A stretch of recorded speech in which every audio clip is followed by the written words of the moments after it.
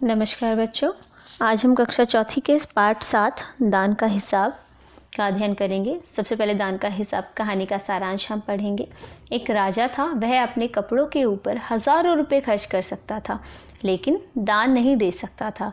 उसके राज दरबार में गरीबों, विद्वानों, सज्जनों की कोई पूछ नहीं होती थी। एक समय की बात है, उस देश में अकाल पड़ गया। पूर्वी सीमा के लोग भूखे प्यासे मरने लगे। राजा के पास खबर आई, लेकिन वह यह कहकर सहायता देने से इनकार कर दिया करता था कि यह तो भगवान की मार है, इसमें मेरा कोई हाथ नहीं है। जब लोगों ने बहुत विनती की तो वह कहने लगा, लोग कभी अकाल से पीड़ित होंगे तो कभी भूकंप से। इन प्राकृतिक आपदाओं से प्रभावित लोगों की सहायता करते करते सारा राज भंडार खत्म हो जाएगा, मैं दिवालिया हो जाऊंगा। आप सभी जानते हैं कि राजा का कर्तव्य होता है अपनी प्रजा की रक्षा करना, उसके लिए कार्य करना। परंतु यह जो राजा था वह अपने ऊपर तो पैसे खर्च करता था, लेकिन दूसरों की मदद बिल्कुल भी नहीं करना चाहता था। राजा की बात सुनकर लोग निराश होकर चले गए। इधर अकाल का प्रकोप बढ़ता जा रहा था, न जाने कितने ही लोग भूख से मरने लगे। लोग फिर राजा के पास आ पहुंचे। उन्होंने बहुत विनती की, बहुत रिक्वेस्ट की राजा से कि प्लीज़ हमारी मदद कर दो, कृपया हमारी मदद कर दो। सिर्फ 10,000 में ही काम चलाने को कहा कि हम सिर्फ 10,000 में काम चला लेंगे, लेकिन राजा ने उनकी एक नहीं सुनी। एक व्यक्ति से रहा नहीं गया, बोल पड़ा, महल में प्रतिदिन हजारों रुपए सुगंधित वस्त्रों, मनोरंजन और महल की सजावट में खर्च होते हैं। यदि इन रुपयों में से ही थोड़ा सा धन पीड़ितों को मिल जाए तो उनकी जान बच जाएगी। यह सुनकर राजा को क्रोध आ गया। लोग डर गए और वहां से चले गए। अब राजा के गुस्से से तो हर कोई डरता है ना, क्योंकि अगर राजा गुस्सा करेगा तो लोगों की जान भी ले सकता है, लोगों को सजा भी दे सकता है। उनके जाने के बाद राजा हंसते हुए बोला, इन छोटे लोगों के कारण नाक में दम हो गया है। 2 दिनों बाद फिर राजा ने सभा बुलाई। 2 दिनों बाद राजसभा में एक बूढ़ा सन्यासी आया। उसने राजा को आशीर्वाद दिया और कहा, सन्यासी की इच्छा पूरी करो। जब राजा ने पूछा कि तुम्हें क्या चाहिए, तो सन्यासी बोला, मैं राजकोष से 20 दिन तक बहुत मामूली शिक्षा प्रतिदिन लेना चाहता हूँ। मेरा भिक्षा लेने का नियम इस प्रकार है, मैं पहले दिन जो लेता हूँ, दूसरे दिन उसका दुगना और तीसरे दिन उसका दुगना, फिर चौथे दिन तीसरे दिन का दुगना। इसी तरह से प्रतिदिन दुगना लेता जाता हूँ। भिक्षा लेने का मेरा यही तरीका है।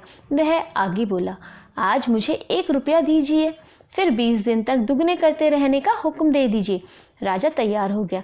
राजा को लगा 1 रुपया कौन सी बड़ी चीज़ है, दे देते हैं। उन्होंने हुक्म दे दिया कि सन्यासी के कहे अनुसार 20 दिन तक राजकोष से उन्हें भिक्षा दी जाती रहे। सन्यासी खुश होकर घर लौट गया। अब राजा ने बिना सोचे समझे सन्यासी को यह वरदान दे दिया। राजा के आदेशानुसार राजभंडारी सन्यासी को भिक्षा देने लगा। 2 सप्ताह तक भिक्षा देने के बाद उसने हिसाब करके देखा कि दान में काफ़ी धन निकाला जा रहा था। वह चिंतित हो उठा। उसने यह बात मंत्री को बताई। मंत्री भी चिंता में पड़ गया। उसने भंडारी से बोला, यह क्या कर रहे हो, अभी से इतना धन चला गया तो फिर 20 दिनों में अंत में कितने रुपए होंगे। उसने भंडारी को तुरंत हिसाब करने का आदेश दिया। भंडारी ने जब हिसाब करके बताया तो 10,48,575 रुपये जा रहे थे। सुनते ही मंत्री तो घबरा गया। सभी उन्हें संभालकर बड़ी मुश्किलों से राजा के पास ले गए। मंत्री ने राजा को बताया कि राजकोष खाली होने जा रहा है। तब राजा ने पूछा, वह कैसे? तो मंत्री ने कहा, महाराज, सन्यासी को आपने जो हुक्म दिया था कि भिक्षा देते रहें, मगर अब पता चल रहा है कि इस तरह राजकोष से 10,000 रुपये झटकने का उपाय कर रहा है। राजा के होश उड़ गए। अब राजा ने वरदान तो दे दिया, परंतु अब वह घबरा गया। राजा के आदेश पर सन्यासी को तुरंत राजसभा में बुलाया गया। उसके आते ही राजा रोते हुए उसके पैरों पर गिर पड़ा। बोला, मुझे इस तरह जान माल से मत मारिए। अगर आपको 20 दिन तक शिक्षा दी गई तो राजकोष खाली हो जाएगा, फिर राजकाज कैसे चलेगा। सन्यासी ने गंभीर होकर कहा, मुझे अकाल पीड़ितों के लिए केवल 50,000 रुपये चाहिए। वह रुपया मिलते ही मैं समझूंगा कि मुझे पूरी शिक्षा मिल गई। सन्यासी प्रजा के लिए पैसे मांगना चाहता था राजा से। तो राजा ने जब सीधे सीधे नहीं दिया तो उन्होंने क्या किया, उन्होंने दूसरे रास्ते से रकम मांगी।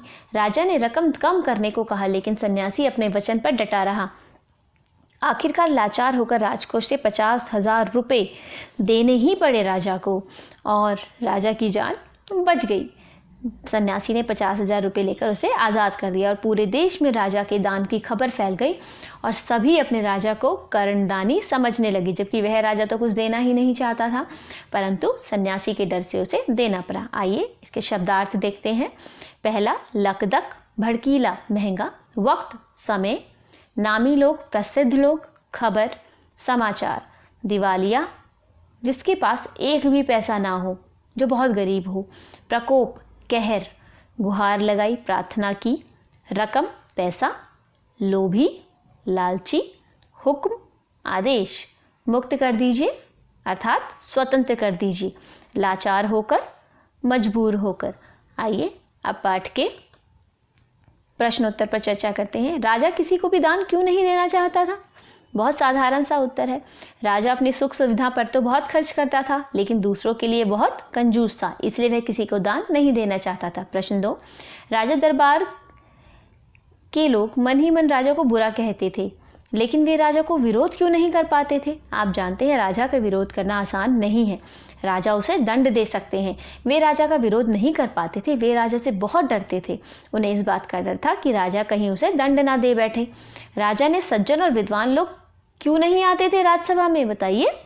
राजसभा में सज्जन और विद्वान लोग इसलिए नहीं जाते थे क्योंकि वहाँ पर उनका सत्कार बिल्कुल नहीं होता था, उनकी इज्जत वहाँ नहीं होती थी। चौथा प्रश्न, सन्यासी ने सीधे सीधे शब्दों में भिक्षा क्यों नहीं मांग ली? यदि सन्यासी सीधे सीधे शब्दों में भिक्षा मांगता तो राजा इतनी बड़ी रकम देने के लिए कभी तैयार नहीं होता। ऐसे सन्यासी ने ऐसे तरीके से भिक्षा मांगी कि राजा ने उसको छोटी सी रकम समझ बैठा और अंत में उसे भिक्षा देनी पड़ी। राजा ने सन्यासी के आगे गिड़गिड़ाने की जरूरत क्यों पड़ी? क्योंकि अगर राजा को सन्यासी के आगे नहीं गिड़गिड़ाता तो सन्यासी उसके 10 लाख रुपए लेकर जा सकता था, इसीलिए राजा गिड़गिड़ाया। राजा ने सन्यासी को भिक्षा देने का जो वचन दिया था उसके अनुसार उसके खजाने से 10 लाख से भी अधिक रुपए निकल जाते थे और राजा दिवालिया हो जाता। तो राजकोष बचाने के लिए उसने सन्यासी के आगे गिड़गिड़ाने की ज़रूरत पड़ी और वह गिड़गिड़ाया। आगे देखिए, अंदाज अपना अपना। दान के वक्त उनकी मुट्ठी बंद हो जाती थी। क्यों हो जाती थी बताइए? कि दान के समय वह कंजूसी करने लगते थे, है ना। इस वाक्य को हम किसी और तरीके से कैसे कह सकते हैं? हिसाब देकर मंत्री का चेहरा फीका पड़ गया। हिसाब देकर मंत्री घबरा गया। चेहरा फीका पड़ना एक मुहावरा भी है, घबरा जाना। सन्यासी की बात सुनकर सभी की जान में जान आई। इसको कैसे प्रस्तुत करेंगे हम? सन्यासी की बात सुनकर सभी को राहत महसूस हुई, तसल्ली महसूस हुई। लाखों रुपए राजकोष में मौजूद हैं, जैसे धन का सागर हो। राजकोष में धन के सागर के समान मानो लाखों रुपए मौजूद है। तो इन वाक्यों को हम इस तरह से भी कह सकते हैं। उम्मीद करती हूँ आपको ये पाठ ज़रूर समझ आया होगा। धन्यवाद।